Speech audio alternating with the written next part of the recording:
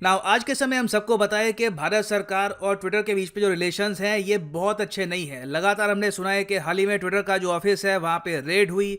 उसके बाद हमने ये भी देखा कि ट्विटर रैंडमली इंडियन मिनिस्टर जो है उनके अकाउंट ब्लॉक कर देगा, लॉक कर देगा, फिर उसके बाद अनब्लॉक भी कर देता है। अब यहाँ पर आप सोच कर देखिए, कल को ट्विटर किसी इंडियन ब्यूरोक्रेट मिनिस्टर का अकाउंट लॉक करता है तो वो कहाँ पे कंप्लेन करेगा? सीधा यहाँ पे आंसर आता है इंफॉर्मेशन टेक्नोलॉजी मिनिस्टर को। मगर जब आईटी मिनिस्टर का जो अकाउंट है खुद ही वो ब्लॉक कर दे ट्विटर, तब क्या होगा? ट्विटर ने हाल ही में यही किया है। यहाँ पे आप देखोगे हमारे आईटी मिनिस्टर, ये मैं कहूँगा कुछ हद तक एम्बैरेसिंग भी है इंडिया के लिए कि एक सोशल मीडिया प्लेटफॉर्म हमारे आईटी मिनिस्टर का अकाउंट पहले ब्लॉक करता है, फिर अनब्लॉक करके धमकी देता है कि फिर से ये गलती करी तो सस्पेंड कर देंगे अकाउंट। यहाँ पे आप देखोगे रविशंकर प्रसाद जी कह रहे हैं कि ट्विटर ने digital millennium copyright act of USA का इस्तेमाल करके इनके अकाउंट को 1 घंटे के लिए लॉक कर दिया। और फिर यहाँ पे आप देखोगे धमकी भी दी है कि please be aware any additional notices against your account may result in your account being locked again and potentially suspended. अब यहाँ पे आप पूछेंगे कि आईटी मिनिस्टर ने ऐसा क्या कर दिया कि इस तरीके से ट्विटर इनसे बात कर रहा है? तो देखो एक्चुअल रीजन यहाँ पर क्या है, किस चीज पर कॉपीराइट स्ट्राइक इन्होंने यहाँ पर दिया है ये क्लियर नहीं है। कुछ लोग यहाँ पर ये कह रहे हैं कि शायद कुछ इंटरव्यू की जो क्लिप्स थी ये जो शेयर करी गई थी उसकी वजह से ये सब किया गया होगा। मगर देखिए ट्विटर पे इंटरव्यू की क्लिप्स बहुत शेयर होती है। आप अगर देखो जो बाइडेन के इंटरव्यूज़, नरेंद्र मोदी जी के इंटरव्यूज़, बहुत से इंटरव्यूज़ आपको ट्विटर पे ऑनलाइन मिलेंगे। इंटरव्यू शेयर करने पे कॉपीराइट स्ट्राइक बहुत ही ज़्यादा रेयर होता है। ये आप कह सकते हैं साफ दिख रहा है कि ऑलमोस्ट इनको टारगेट किया गया है, इनको एक मैसेज सेंड किया गया है। और ये वादा वे अकेले नहीं है, इससे पहले आपको पता होगा कि अमित शाह जी का जो ट्विटर हैंडल है वहां पर भी उनकी प्रोफाइल फोटो पे आ गया था कॉपीराइट स्ट्राइक। खुद का ट्विटर अकाउंट, खुद की प्रोफाइल फोटो, मगर ट्विटर ने कहा कि नहीं आपकी फोटो पे कॉपीराइट किसी और का बनता है। खैर बाद में उनका अकाउंट फिर अनब्लॉक भी कर दिया गया। मगर उसके अलावा अगर हम देखें तो हमारे जो वाइस प्रेसिडेंट ऑफ इंडिया है उनके ट्विटर अकाउंट से वेरीफाइड बैज रिमूव कर दिया गया, फिर वहां पे रीइंस्टेट किया गया।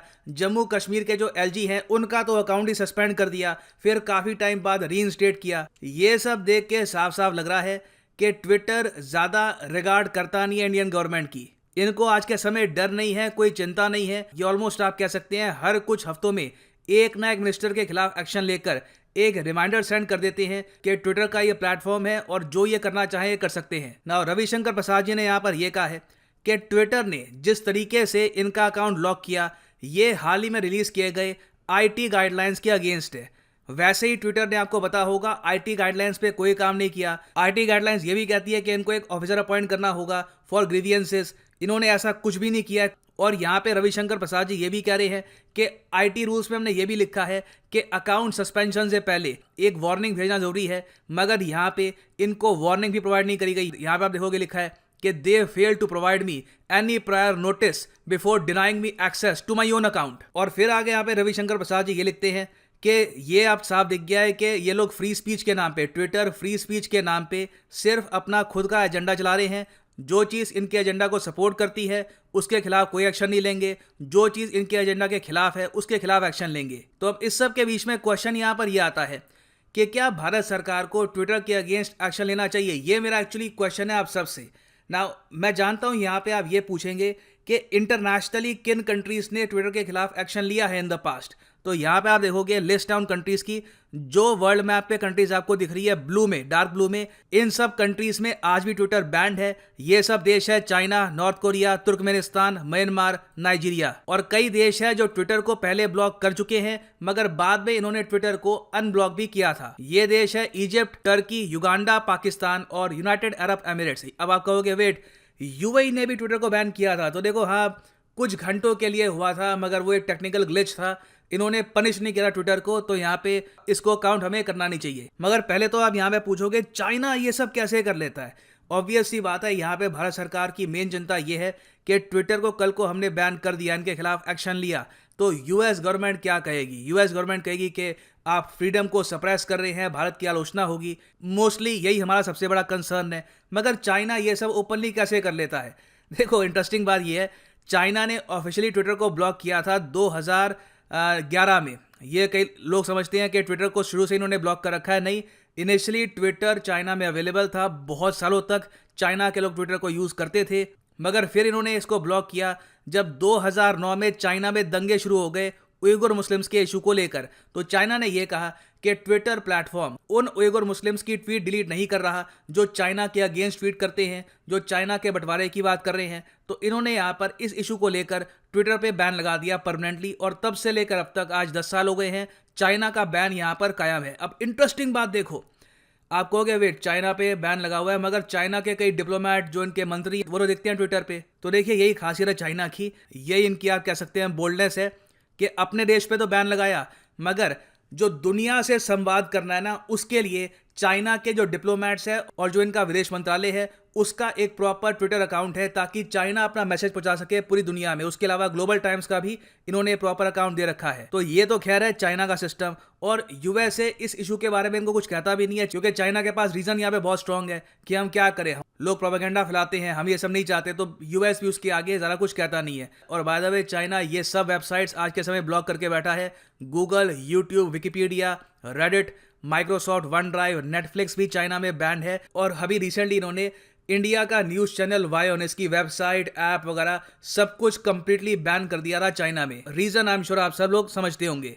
खैर बाकी कंट्रीज़ को अगर हम देखें तो इजिप्ट ने भी कुछ महीनों के लिए ट्विटर पे बैन लगाया था जब इनके यहाँ प्रोटेस्ट चल रहे थे और यहाँ पे ट्विटर कई अकाउंट्स को सस्पेंड नहीं कर रहा था।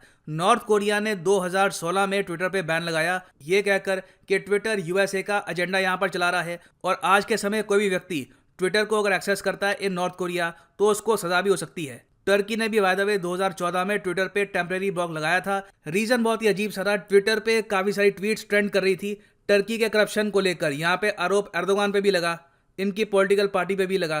तो उस वक्त के जो मेन लीडर थे इनकी पॉलिटिकल पार्टी के, उनके दबाव में आकर टर्की ने यहाँ पे बैन कर दिया ट्विटर को। बाद में ट्विटर पे जो बैन था इन्होंने रिमूव भी कर दिया था। पाकिस्तान ने भी 2011 में ट्विटर पे बैन लगा दिया था प्रॉफिट मोहम्मद के कैरिकेचर के इशू को लेकर, और उसके बाद भी कई बार ये ट्विटर पे बैन लगा चुके हैं टेम्परेरी बेसिस पर, कुछ घंटों के लिए, कुछ दिनों के लिए। और इवन यूनाइटेड किंगडम को आप अगर देखो तो 2011 में जब यूके में दंगे हुए थे तब उस वक्त के यूके के प्राइम मिनिस्टर डेविड कैमरून ने दी थी धमकी कि ये ट्विटर को बैन करवा देंगे क्योंकि बहुत सारे जो यहाँ पे प्रोटेस्टर्स थे, रॉयटर्स थे, ये ट्विटर का यूज कर रहे थे ऑर्गेनाइज करने के लिए। और म्यांमार में आपको पता ही होगा जो इनकी आर्मी है, इन्होंने ट्विटर, इंस्टाग्राम सब कुछ ब्लॉक करवा दिया है। तो दुनिया में देखो बहुत से देश हैं जो ट्विटर के खिलाफ एक्शन ले चुके हैं। नाइजीरिया का केस आपको पता होगा, रिसेंटली ट्विटर ने उनके प्रेसिडेंट की सिर्फ एक ट्वीट रिमूव करी, उसके रिस्पॉन्स में नाइजीरिया ने ट्विटर को बैन कर दिया। और फिर है यहाँ पे India, all together unique case. बाकी सब जगह ट्विटर ने सरकार के खिलाफ कुछ एक्शन इतना लिया नहीं था नाइजीरिया के केस को छोड़कर। यहाँ पे तो देखिए ओपनली जो सिटिंग मिनिस्टर्स हैं उनके अकाउंट ब्लॉक होते हैं, लॉक होते हैं, साफ साफ दिख रहा है कि उनको चैलेंज किया जा रहा है, मगर फिर भी गवर्नमेंट कोई एक्शन लेती नहीं है। और इसलिए आज के समय भारत के भी जो न्यूट्रल जर्नलिस्ट हैं, फॉर एग्जांपल ब्रह्मा चलानी साहब, ये लोग भी ब्लेम कर रहे हैं सरकार को कि the minister should blame himself. आज के समय रविशंकर प्रसाद जी का जो अकाउंट यहाँ पे सस्पेंड हुआ है, इस पर चलानी साहब ये कहते हैं the minister should blame himself for not taking any action. Twitter तो बार बार एक्शन ले रहा है, वो ना आपके आईटी रूल फॉलो कर रहा है, उसके अलावा जो आपके मिनिस्टर्स हैं उनके अकाउंट भी ब्लॉक कर देता है जब मर्जी उसका मन करता है, और आपको धमकी भी दे रहा है। Twitter is taking all the action, आप कोई एक्शन नहीं ले रहे। तो यहाँ पे मैं आपसे पूछना चाहूँगा एक क्वेश्चन इन सब डिटेल्स के बाद कि आपके हिसाब से भारत को भी टेम्परेरीली ट्विटर पे कोई एक्शन लेना चाहिए या फिर नहीं? इससे फ्रीडम ऑफ स्पीच रुकती है, हमारा नाम खराब होगा, जो क्वाड कंट्रीज है वहाँ पर हम अलग ही दिखेंगे। एक तरफ हम बात करते हैं फ्रीडम ऑफ स्पीच की, डेमोक्रेसी की, फिर हम यहाँ पे सोशल मीडिया प्लेटफॉर्म को बैन कर रहे हैं। तो ये एक बहुत ज़्यादा मैं कहूँगा कॉम्प्लिकेटेड केस है इंडिया के लिए। आप लिखिएगा इसके बारे में कमेंट सेक्शन में। मैं जानना चाहता हूँ कि ओवरऑल मेजॉरिटी यहाँ पर क्या सोचती है, सिंस लाखों लोग ये वीडियो देखेंगे। तो लिखिएगा इसके बारे में in the comment section below.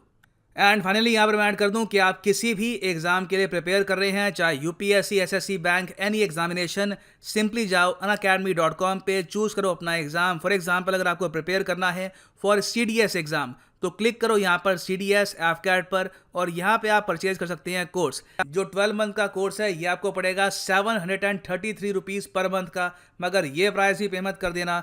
Use करो यहाँ पे प्रोमो कोड PD10 और प्राइसेस और ज़्यादा कम हो जाएंगे। So use the code PD10 and save money. So इसी नोट के साथ ये है वीडियो का अंत। Thank you for listening and as always God bless you all.